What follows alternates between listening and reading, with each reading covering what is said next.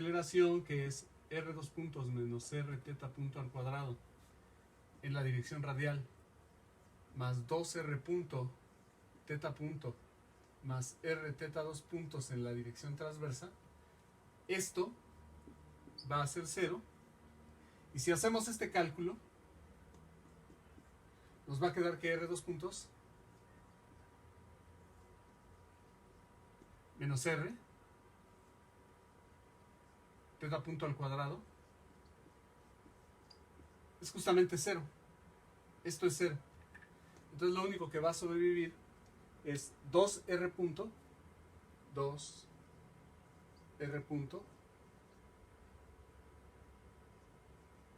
por teta punto en la dirección transversa. Y este es justamente esto que está aquí. 2 omega 0 cuadrado e al omega 0t por teta. Y ahí está entonces. Ahora vamos a hacer un problema ya relacionado con este que está aquí. Nos piden que demostremos que para esta trayectoria con estas características de movimiento, el radio de curvatura está dado por esta expresión. Nada más una salvedad. La raíz nada más llega hasta aquí, hasta el 2. Es raíz de 2 por e a la omega 0t. Lo demás es un error ahí de tecleo, yo creo. ¿Sí? Pues vamos a resolver ahora ese. Y ese no está tan directo. Voy a anotarles aquí los pasos fundamentales para resolver esa situación, ¿sí? Entonces,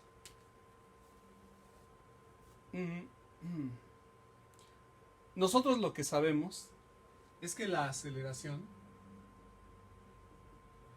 la podemos escribir como una aceleración que es tangente a la trayectoria y una aceleración que es perpendicular a la trayectoria. Entonces, en este caso, la notación que voy a usar es a perpendicular a la trayectoria menos a paralela a la trayectoria. Este subíndice indica perpendicular a la trayectoria y este indica paralela a la trayectoria. Y el vector paralelo a la trayectoria, la aceleración paralela a la trayectoria, lo voy a poder escribir como el vector aceleración, el completito que tenemos, proyectado a lo largo de la tangente, pero sabemos que la velocidad es un vector tangente a la trayectoria. Entonces, si yo tomo el producto punto de la aceleración con el vector velocidad unitario, lo que estoy obteniendo es la componente de la aceleración que va a lo largo del camino. Ojo, este no es E transverso. Este no es E transverso. Es un vector paralelo a la trayectoria. Y luego lo multiplico otra vez por el vector paralelo a la trayectoria para que me dé la componente vectorial. Este es escalar y al multiplicar por el vector unitario tengo, ahora sí, un vector que representa la parte de la aceleración que es tangente a la trayectoria. Es decir, lo que tenemos es, esta es una trayectoria. Supongan que esta es la aceleración. Si este es el vector velocidad, lo que sabemos es que el vector velocidad es tangente a la trayectoria. Entonces, si lo hago unitario, vamos a suponer que era más grande que la unidad. Si lo hago unitario, entonces la situación sería así. El producto punto me da la proyección del vector aceleración a lo largo de esta orientación. Si lo quiero escribir como vector otra vez, lo multiplico por b. Ahora, aquí hay un error, perdón. Aquí debería de ponerle más. Vayan un poquito hacia atrás, aquí es más. Porque la aceleración lo estoy escribiendo como componente perpendicular a la trayectoria más componente paralela. Y entonces, aquí también le pongo. Y a mí la que me interesa es esta parte. Pero ahorita van a ver ustedes por qué. ¿Por qué me interesa esa parte? Porque yo lo que ando buscando en este ejercicio es el radio de curvatura. Entonces esta la voy a escribir como A menos, ahora sí va un menos, A punto, el vector B unitario por el vector B unitario. ¿De acuerdo? Y ahora piensen, con relación al problema anterior. Ya tenemos la velocidad el vector velocidad. ¿Dónde está? ¿Dónde está? Aquí. Y ya tenemos el vector aceleración. Aquí está. Entonces, ¿para qué me sirve esto? Porque recuerden que la aceleración perpendicular a la trayectoria es la rapidez al cuadrado entre el radio de curvatura por un vector que es normal a la trayectoria. ¿Sí? Piénsenlo un momento. Piénsenlo un momento. Entonces yo lo que necesito es sacar el tamaño de este vector e igualarlo a esto para obtener el radio de curvatura. Va otra vez, va otra vez. Si yo saco el tamaño de este vector, eso tiene que ser igual al tamaño de este vector. En eso van a estar de acuerdo. Entonces, el tamaño de este vector,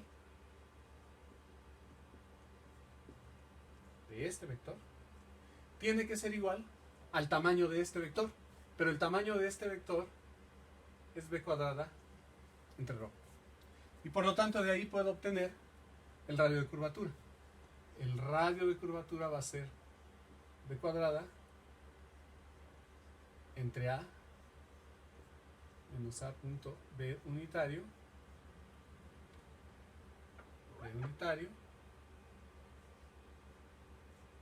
tamaño. ¿Ok? Entonces, bueno, hay que hacer un poco de ejercicio. Y cuando digo ejercicio, es matemáticas.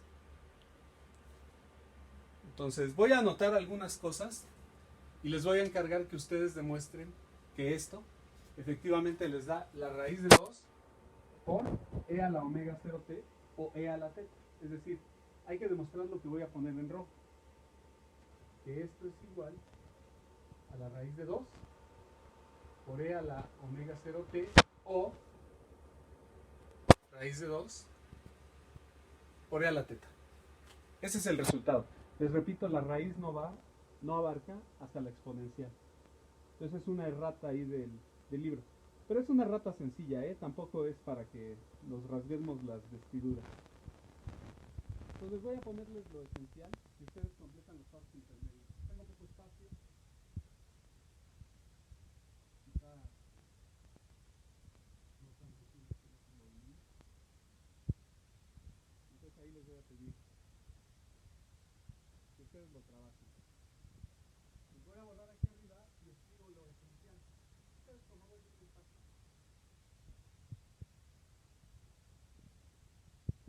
Les va lo esencial, ¿no? Nada más lo voy a anotar. Entonces, conociendo que la velocidad es lo que acabamos de ver,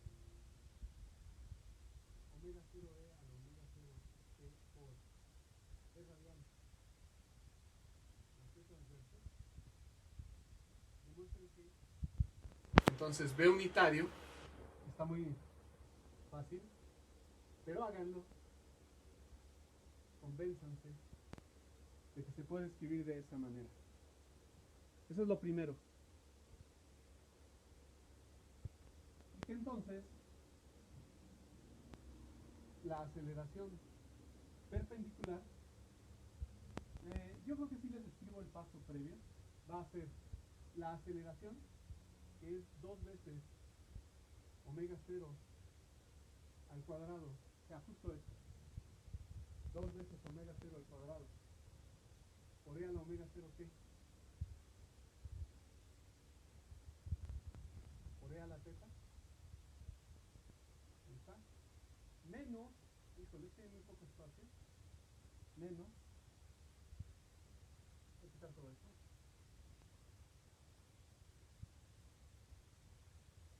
voy a tratar de escribirlo grande, menos 2 veces omega 0 cuadrado e a la omega 0t. Si quieren, en vez de omega 0t utilicen teta, es ahorro de notación, por e transverso producto punto con el unitario, que es la velocidad, que es este, e radial más t transverso entre la raíz de 2, estoy tomando el producto punto, y luego lo tengo que multiplicar otra vez por el vector velocidad unitario por el vector e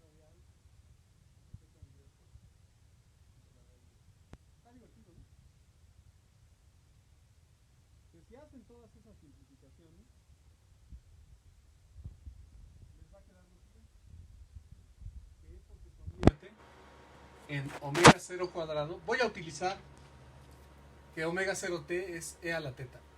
Ahí está. Por e teta menos e radial. Ya, ahí está. Este es el vector anormal. O a perpendicular. Y entonces sí, todo esto va a ser esto. Hagan la sustitución. Saquen ustedes quién es el tamaño de este. Lo sacan de aquí. Elévenlo al cuadrado. Y llegan a eso. ¿De acuerdo? Ahora, si ya hicieron eso y les gusta trabajar, lo siguiente no es obligatorio. Eso sí es obligatorio, hay que hacerlo. Entonces repito, ¿qué es lo que hay que hacer para que no se vayan a perder?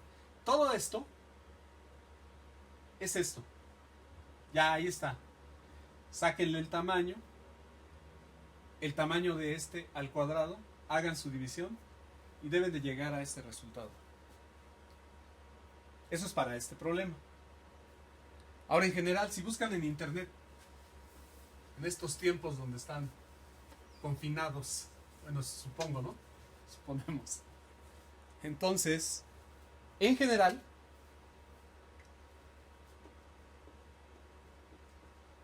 si lo buscan, una espiral que tiene la ecuación R igual a una constante por E a la B, una constante por teta, tiene un radio de curvatura, que está dado por A, por E a la B teta,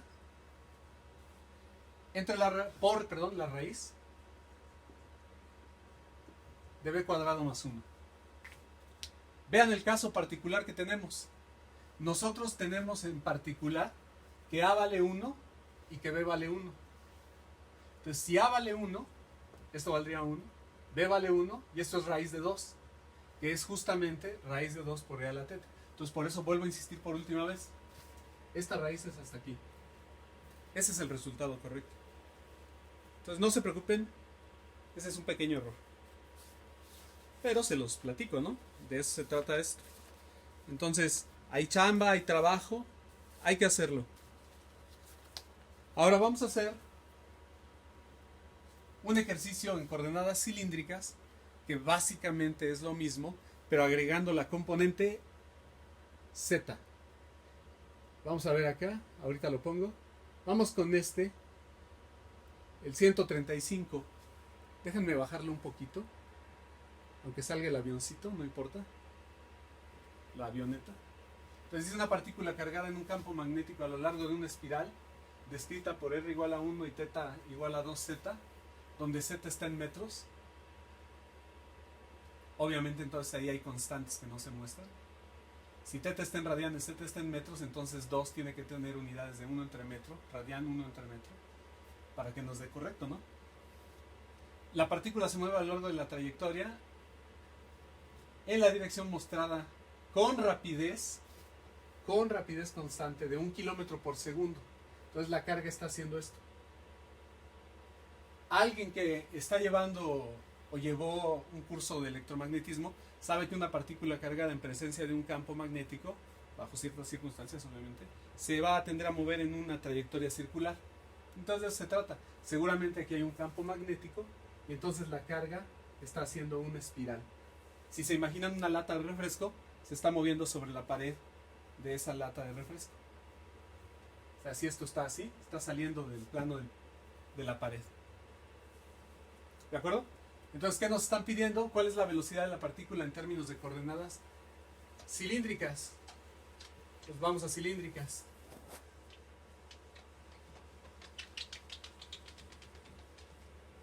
Bien. En cilíndricas es como en polares, con la salvedad de que ahora le vamos a agregar la componente a lo largo del eje de las zetas, como ahí. Entonces tenemos K, déjenme poner Z punto K unitario. Esa es la velocidad. Todo igualito entonces. ¿Qué es lo que tenemos? Que R es igual a 1 metro y es constante. Es decir, si yo lo veo de frente, yo vería el eje X y el eje Y y la partícula estaría haciendo esto. ¿Por qué? Porque hasta el momento en el que me pongo lateral, lo que voy a ver es cómo va saliendo. Pero si nada más estoy de frente y lejos, veo que la partícula está en un círculo. No alcanzo a ver que está saliendo. Entonces este R vale 1 metro. No se confundan, son como slice, son cortes, son rebanadas. Entonces, sobre cada rebanada perpendicular al eje Z, está haciendo este tipo de movimiento. ¿Estamos? Entonces R vale 1 constante. Por lo tanto, R punto es igual a 0. Y ahí me están dando una relación importante. Me están diciendo que el ángulo se relaciona con Z así. Θ es igual a 2Z. Y esto me permite entonces decir lo siguiente. Entonces, θ punto tiene que ser 2Z punto. Recuerden, punto significa derivada con respecto del tiempo. Por lo tanto, B va a ser igual a R punto, que vale 0, más R θ punto. R vale 1, lo voy a poner ya como 1. Cuidado nada más con las unidades. θ punto por 2Z punto en la dirección transversa, más Z punto, ese sí lo dejo así, así como está, en K. Compactando, esto es 2Z punto en la dirección transversa, más Z punto en la dirección de K. Esa es la velocidad. Ojo, esta es la velocidad, pero aquí me dicen que la rapidez es 1 kilómetro por segundo. ¿Qué quiere decir? Que esto es de tamaño constante. Este y este vector son perpendiculares. Por lo tanto, la velocidad tamaño, o sea, la rapidez, vale en kilómetros. Vamos a ponerlo en metros. 1000 metros por segundo. Porque seguramente puede haber alguien que se confunda, que diga, bueno, esto está en metros, esto está en kilómetros por segundo. Entonces, ¿qué hago? Vamos a trabajar todo en metros. Y entonces esto va a ser igual a la raíz de 5 por Z punto. Me estoy brincando un paso porque vean la trayectoria, es en Z positivo, Z punto es positivo. Entonces a la hora de sacar la raíz ya lo puedo poner de esta manera. También me brinqué un paso. Les toca a ustedes ver con cuidado. Entonces Z punto resulta ser 1000 entre la raíz de 5, y esto está en metros por segundo. Teniendo eso, por lo tanto, bueno, no voy a borrar esto. Lo que va a implicar es que la velocidad va a ser igual a 2Z punto, o sea, 2000 entre la raíz de 5 en la dirección transversal, más Z punto, que son 1000 entre la raíz de 5 en la dirección de K. ¿En qué unidades? Metros por segundo. Metros por segundo. Quiero que noten una cosa. Noten una cosa. El tamaño de este vector, descrito en coordenadas cilíndricas, es el cuadrado de este más el cuadrado de este raíz. Yo puedo factorizar el 10 a la 6 y va a salir como 10 a la 3. Me queda 4 quintos más 1 quinto. Y esto está en metros por segundo, es decir, 1 kilómetro por segundo, que es justamente lo que aquí dice. Entonces el tamaño del vector es invariante, no importa en qué sistema lo esté describiendo. Puede ser en cartesianas, puede ser en cilíndricas. Una muy mala elección sería esféricas, porque la simetría del problema no se presta para ese tipo de coordenadas. Entonces, bueno, ahí ustedes deciden qué tipo de coordenadas van a usar. En este caso se los marcan, pero en otra situación ustedes deciden. ¿En base a qué? En base a la simetría, en base a la sencillez. Este problema del avión les queda de tarea. Ustedes lo hacen. Pero es igual que el 135. Igualito. No hay diferencia sustancial. ¿De acuerdo? Pues por favor. Bien. Vamos a dar por terminada la parte de cinemática. Y ahora vamos a la parte de dinámica. Ahorita nada más veo la teoría. Ahí cortamos. Y en un tercero hacemos un par de ejemplos para empezar. Entonces va la teoría de ahora dinámica. Sigue siendo dinámica de esto, de partícula. Todavía no llegamos a objetos rígidos. Entonces es dinámica de partícula, es decir, un punto. Ahora sí nos interesa el por qué se mueve así. Es decir, la interacción que la partícula tiene con el entorno, y a esa interacción o a esas cosas que interactúan provocan ¿qué cosas? Pues fuerzas, ¿no? Entonces, la ecuación de batalla, estamos en física no relativista, no mecánica cuántica, es la segunda ley de Newton. Fuerza total igual a masa por aceleración. Entonces nosotros hemos trabajado cartesianas. En coordenadas cartesianas, de una vez en 3 dimensiones, lo que vamos a tener es que esta ecuación vectorial es equivalente a fuerza total en la componente X es igual a masa por aceleración en la componente X. Fuerza total en la componente Y va a ser igual a masa por aceleración en Y. Y si hay una tercera componente, es decir, es en el espacio, tendríamos esto. ¿Estamos de acuerdo? Es en cartesianas. No hay sorpresas. Lo que hay que hacer es identificar cuál es la partícula. Identificar cuáles son los objetos del medio que interactúan con ella y que provocan fuerzas. Hacer la suma vectorial de las fuerzas. Elegir un sistema de referencia adecuado. Hacer una descomposición y resolver las ecuaciones que tengamos. ¿Por qué no hay rotación? Porque es una partícula. Una partícula es un modelo matemático. Todo objeto lo tratamos como sin extensión, y entonces no tiene sentido hablar de rotación de un punto. Entonces hablamos solamente de posiblemente traslación. Entonces, en este tipo de problemas podemos utilizar la segunda ley de Newton y posiblemente, ahí depende del problema, cinemática. Por eso vamos avanzando de esta manera, ¿no? Vamos construyendo nuestro edificio y al final vamos a tener un entramado sofisticado, lo suficientemente poderoso como para resolver situaciones interesantes. Entonces ahí está, esto es en cartesianas. ¿Qué otro sistema vimos? Normal, tangencial. Normal tangencial, entonces la segunda ley de Newton es la misma, pero ahora vamos a tener fuerza total tangencial, o sea, tangente a la trayectoria, va a ser igual a masa por aceleración tangencial. Y la otra va a ser fuerza total normal. ¿Normal a quién? Normal a la trayectoria, perpendicular a la trayectoria, va a ser igual a la masa. Esta m es la misma que está acá, si quieren le pongo m mayúscula, a normal. Y también posiblemente cinemática. Ahora, ¿qué tipo de cinemática?